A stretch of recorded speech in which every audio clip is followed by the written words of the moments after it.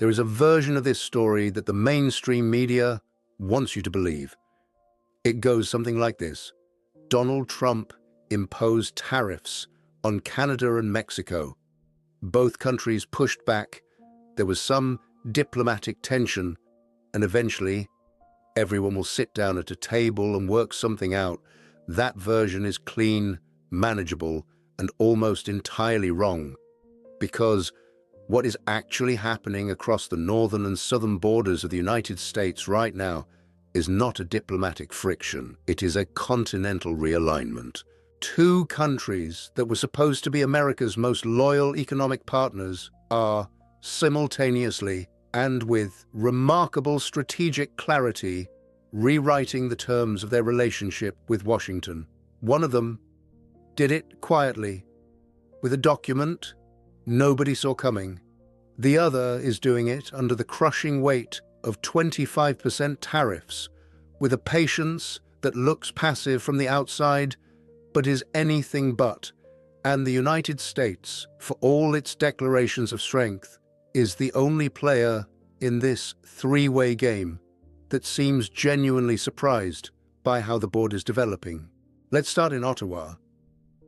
Because what happened in Canada over the past 18 months is one of the most remarkable political reversals in modern democratic history. And almost no one outside Canada is discussing what it actually means for the global economy. At the end of 2024, Justin Trudeau was politically finished. The polling numbers were catastrophic. The Liberal Party trailed the Conservatives by more than 25 points. Pierre Poilievre, who had spent years positioning himself as Canada's answer to the populist right, anti-establishment, anti-globalist, deliberately echoing the rhetorical style of the man in the White House, looked like the inevitable next Prime Minister. Every conventional piece of political analysis pointed in one direction. Canada was turning right. Canada was moving closer to Washington's economic orbit.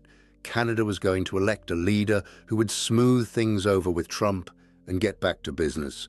And then Trump did something that no political strategist could have calculated or priced in. He turned the Canadian election into a referendum on national identity.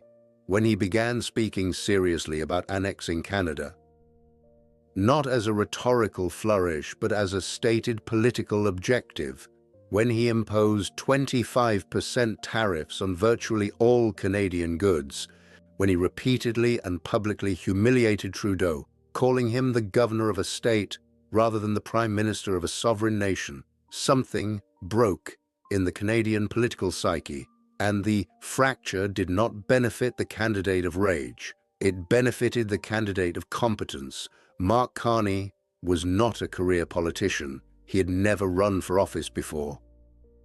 What he had done was govern central banks, both the Bank of Canada and the Bank of England, through some of the most turbulent economic moments of the past 2 decades.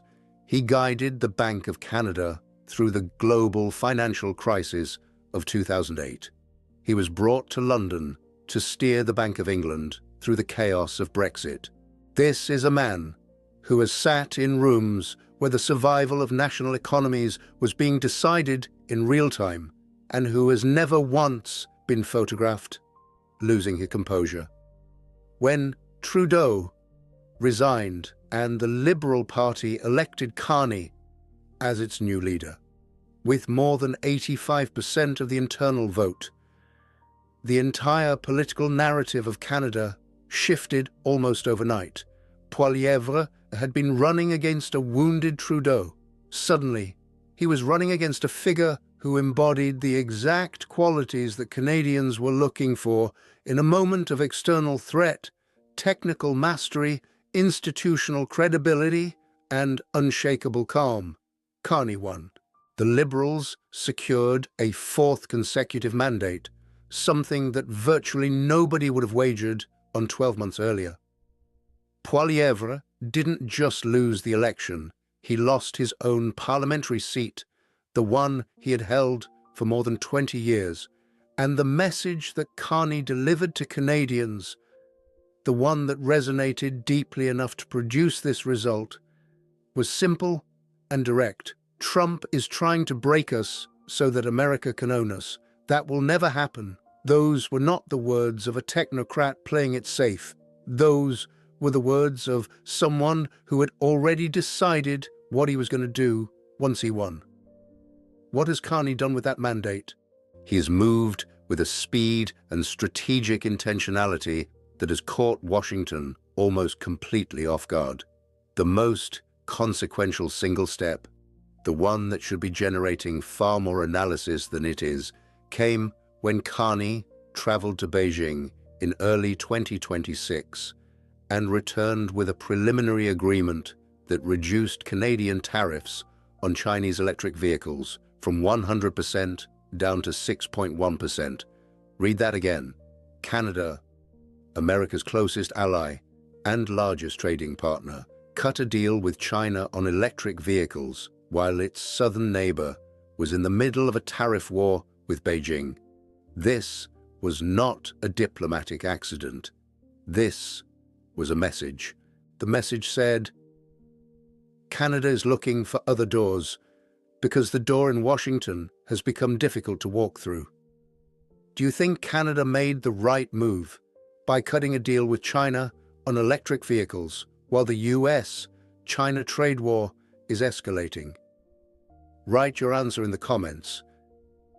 I genuinely want to know where you stand on this. But the Carney move goes deeper than one trade agreement. To understand what Canada actually holds in its hand, you need to understand something that most people have never been asked to think about seriously. Canada sits on one of the largest deposits of critical minerals on the planet. Lithium, cobalt, uranium, rare earth elements, the physical raw materials on which the entire 21st century industrial economy depends.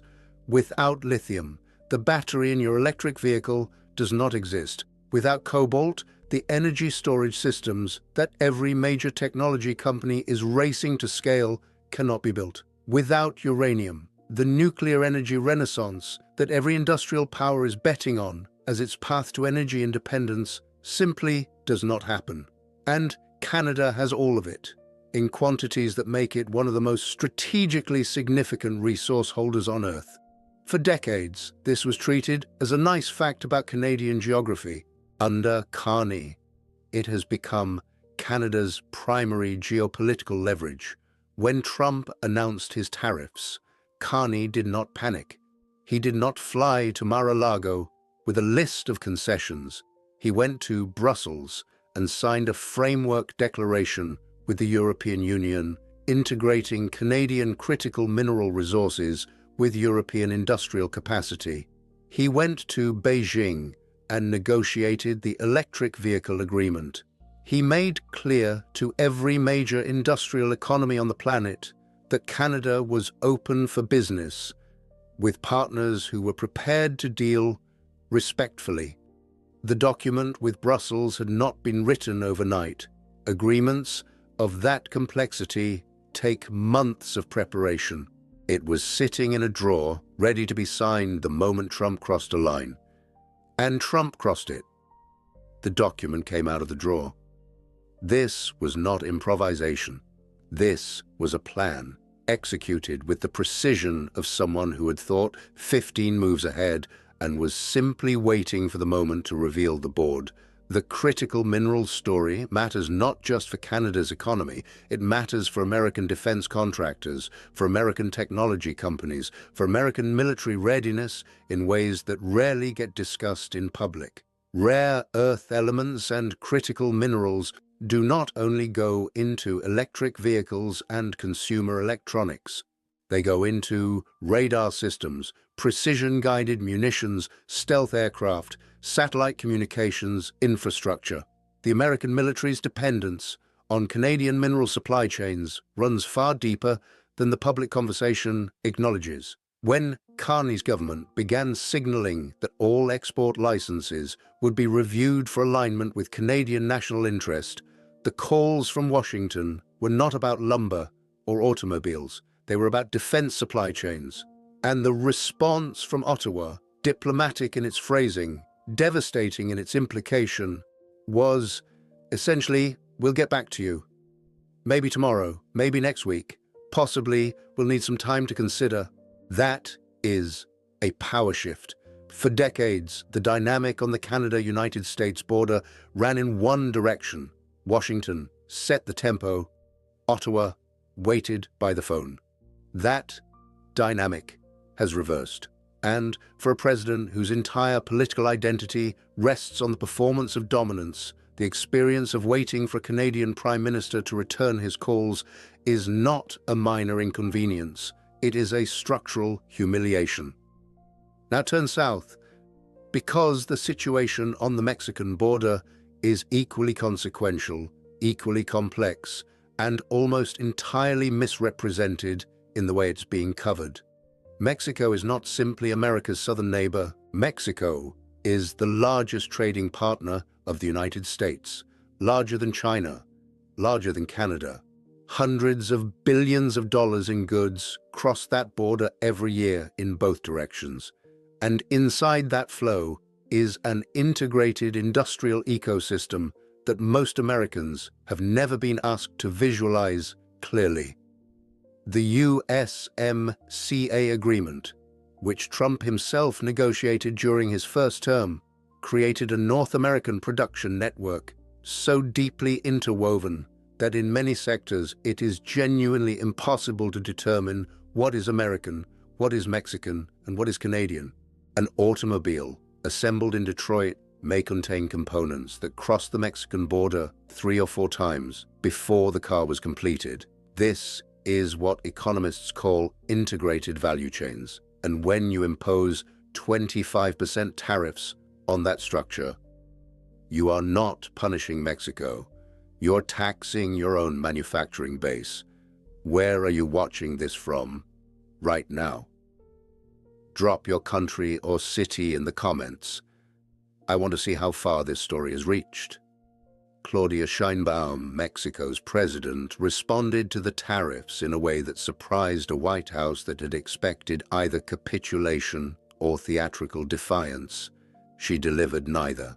When Trump announced the 25% tariffs in February 2025, Sheinbaum negotiated a 30-day pause. She deployed 10,000 Mexican National Guard troops to the border to assist with narcotics interdiction, the official justification Trump had offered for the tariffs. She spoke to Trump directly in a phone call and said something that Trump himself was moved to repeat publicly afterward. "You're tough," he told her. And from Trump, that is not an insult. It is the highest form of acknowledgement his political vocabulary contains. Sheinbaum had understood something fundamental about the psychology of the man she was dealing with. He respects strength. He does not respect weakness. The path forward for Mexico was not to beg. It was to demonstrate that it could not be easily rolled. But the pause was always temporary because Trump's use of tariffs as an instrument of geopolitical pressure is structural, not episodic. The tariffs returned, and with them came a new front that has nothing to do with fentanyl and everything to do with something far older, far more overlooked, and far more explosive: water. In December 2025, Trump posted on Truth Social that Mexico was violating a 1944 treaty governing the use of the Rio Grande's waters. Under that agreement, Mexico is obligated to deliver an average of 350,000 acre-feet of water annually from Rio Grande tributaries to the United States. Trump claimed Mexico had fallen more than 800,000 acre-feet short of its obligations. The threat was unambiguous: release the water immediately or face an additional 5% tariff on top of the existing levies, bringing total tariffs on non-exempted goods to 30%. Sheinbaum acknowledged the water debt, but explained that severe droughts across northern Mexico had made compliance extremely difficult. This was not a refusal, it was an explanation. Trump was not in a mood for explanations. The water dispute reveals something important about the nature of the pressure campaign being conducted from Washington. It is not solely about trade balances or manufacturing jobs or even fentanyl. It is about asserting dominance across every dimension of the bilateral relationship simultaneously. Trade, border security, resource use, political symbolism. Each new pressure point serves the same underlying purpose: to demonstrate that Mexico cannot refuse American demands without paying an escalating cost. The problem with this strategy, as anyone who has studied Mexico's response carefully will recognize, is that it is producing exactly the opposite of its intended effect. Rather than binding Mexico more tightly to the American economic orbit, sustained tariff pressure is accelerating Mexico's economic diversification away from dependence on a single market. Here is the irony that nobody in the current administration seems willing to acknowledge publicly.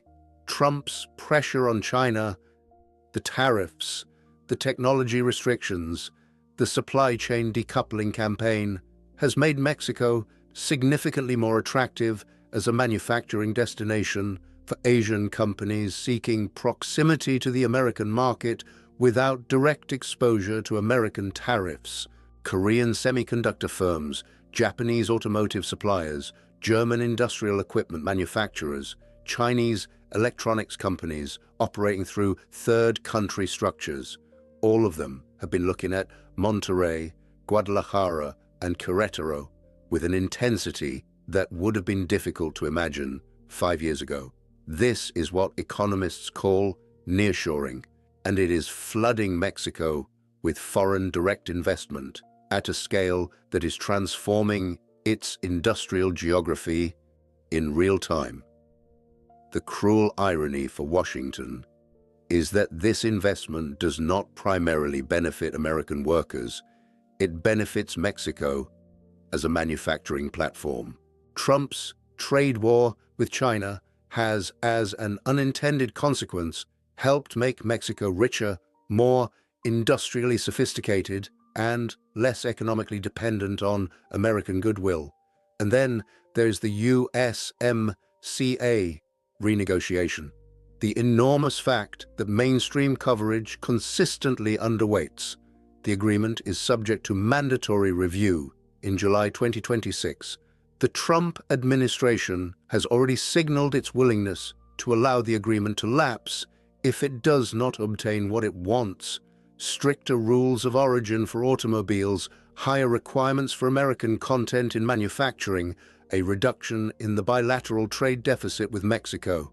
But the trade deficit is not produced by the trade agreement itself. It is produced by structural differences in production costs, in labor costs, in regulatory environments, in the basic arithmetic of what it costs to produce a given good in each country. A 25% tariff does not change that arithmetic.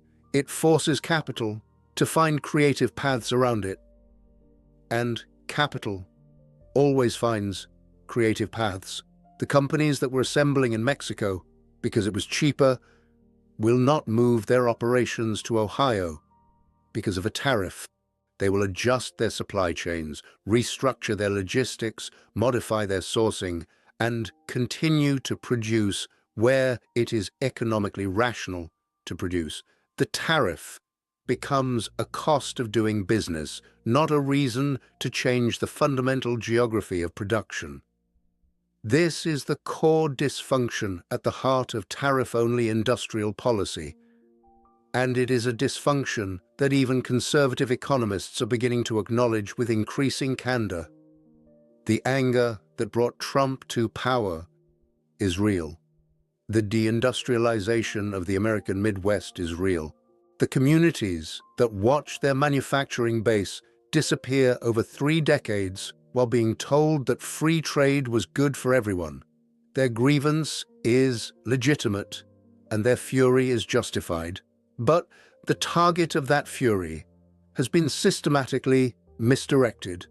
The decision to move a factory from Michigan to Mexico was not made by a Mexican worker who agreed to a lower wage.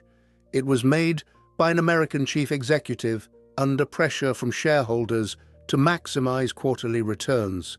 The structural condition that made that decision rational, the gap in labor costs between the two countries, is not closed by a tariff. It requires active industrial policy, investment in technical education, serious labor protection, and a redistribution of the gains from trade that American politics has consistently refused to deliver, because doing so would require challenging the interests of the corporations and investors who fund both parties. Tariffs without structural reform are, as one economist memorably put it, a signal rather than a solution. They demonstrate political will. They satisfy the psychological need to punish someone for a loss. They generate headlines and rally bases, but they do not rebuild industrial capacity.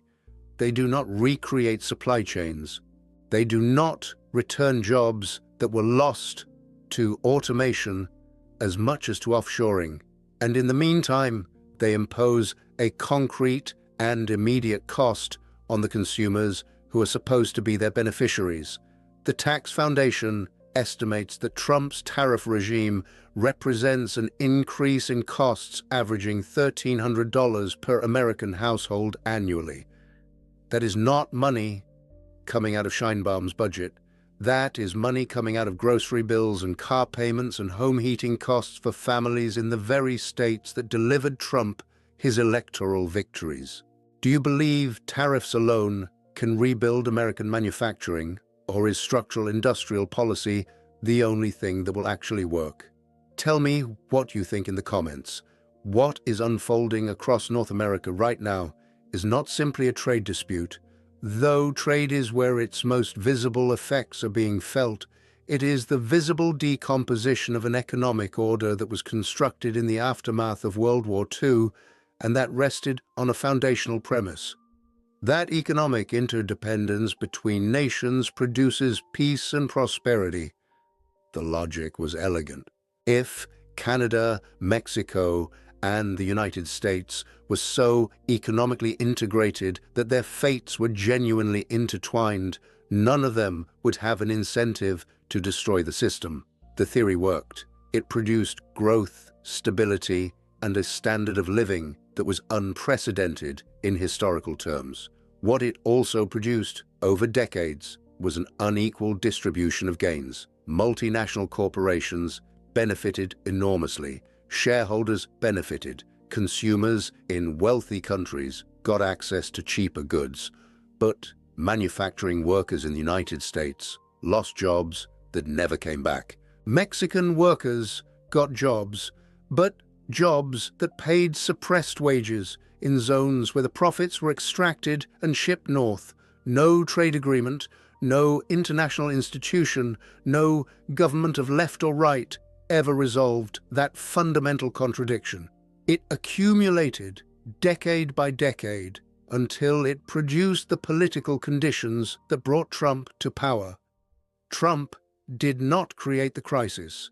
He is a symptom of it, the most visible and most disruptive expression of a deeper dysfunction within American capitalism that neither major party has been willing to address at its roots.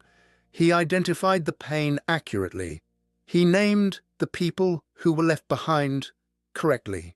What he offered as a solution: tariffs, nationalist rhetoric, the performance of strength, addresses the symptom while leaving the cause entirely intact, and the countries on the other side of his tariff wall have recognized this. They know the pressure is real. They know the costs are real. But they also know that a strategy built on performance rather than structural reform has internal limits, and they are positioning themselves for a world beyond those limits. Canada under Carney is already operating in that future. It has signed preliminary agreements with China. It has locked in framework partnerships with Europe. It has made clear to the world that its critical mineral resources are available to partners who deal in good faith and on equal terms. The message to Washington is implicit but unmistakable. You are not the only customer. You were never the only customer. We simply behaved as if you were, out of habit and geographic proximity and decades of economic integration that made alternatives seem unnecessary. That habit has been broken, and habits once broken at the national level are extraordinarily difficult to rebuild. Mexico under Sheinbaum is playing the same long game with different cards. She is not confronting Trump directly. She is not making the kind of theatrical gestures that would play badly in Washington and give the administration a pretext for escalation. She is managing the relationship with tactical precision, deploying enough cooperation on border security to maintain operational space while allowing the economic diversification driven by nearshoring investment to proceed at full speed.